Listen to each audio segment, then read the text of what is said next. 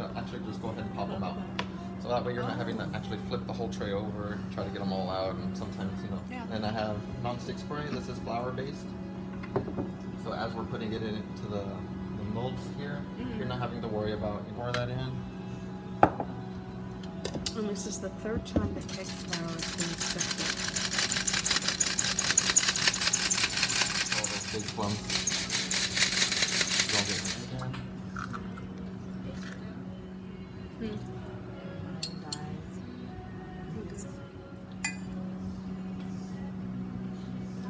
So you prefer? So we have our 2 ounces here as well. Roll that in. Put it in there. So right now we just have everything mixed together, just at 30 seconds, right? Right. So nothing. It's probably about 2-3 ounces worth of mixture in there. So we're looking for it to actually be probably about the full amount of this cup. Once we get it to the next, you know, about the same size as our bowl, a little bit bigger. We only want about 1 inch or 2 of water in there because we just want to build up the heat. We don't want to get it to where it's boiling. So what we're going to do is just go ahead and get the heat on. Just have it like on the medium low. Once you start noticing a little bit of the bubbles, that's where you can go ahead and put your bowl on top. Make sure it is a tempered bowl or something that way you're not worried about it cracking and all the glass. I don't think anybody's going to be opposed to folding it into the process. So that way you're actually getting all of that air built into it, so it makes it nice and fluffy.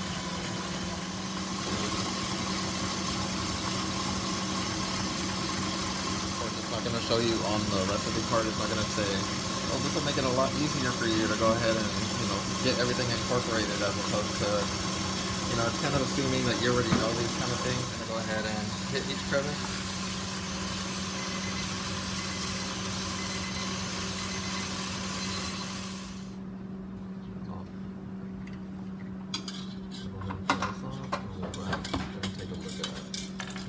Product is here. It's nice and fluffy. A lot more than we had before, right?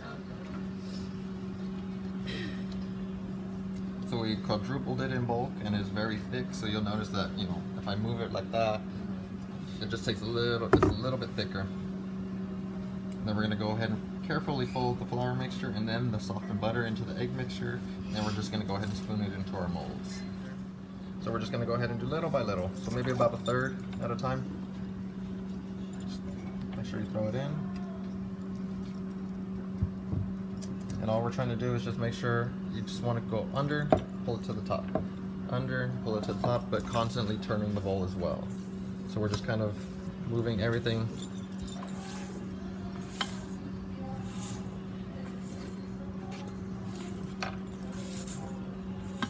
We're trying to make sure that everything, you see all the stuff on the bottom. Right.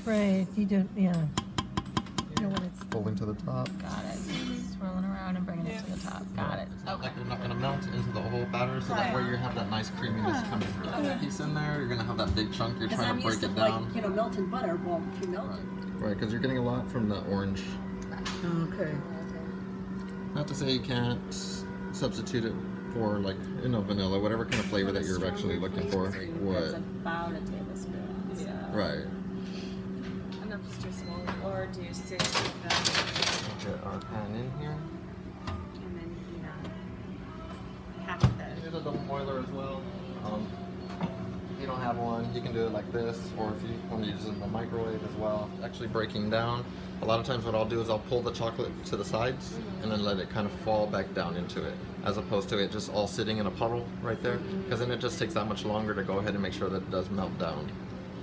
So just make sure you have them in an even layer, so that way they go ahead and start getting all the heat evenly, so that way we're not worried about some of them getting the heat and then the other ones not getting it. Chocolate melting more. Our chocolate's getting nice and melted here. Yeah, some of them came out alright. We'll make sure that we can pop them out though. So I would go on the shorter end.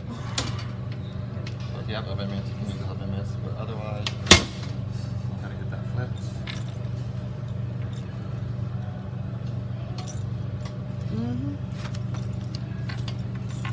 Oh, those are pretty. Nice and melted here. Right, so So I would normally grab it and then see if it comes down in a nice stream. So that way you're making sure that it's nice and melted. So that way when you go ahead and dip it, like strawberries, stuff like that, it goes ahead and just completely sticks on there. Take our bowl off over here. So again, I'm just trying to make sure nice and smooth. You want to pull it to the sides, and then you'll notice that it starts running back down on the ends.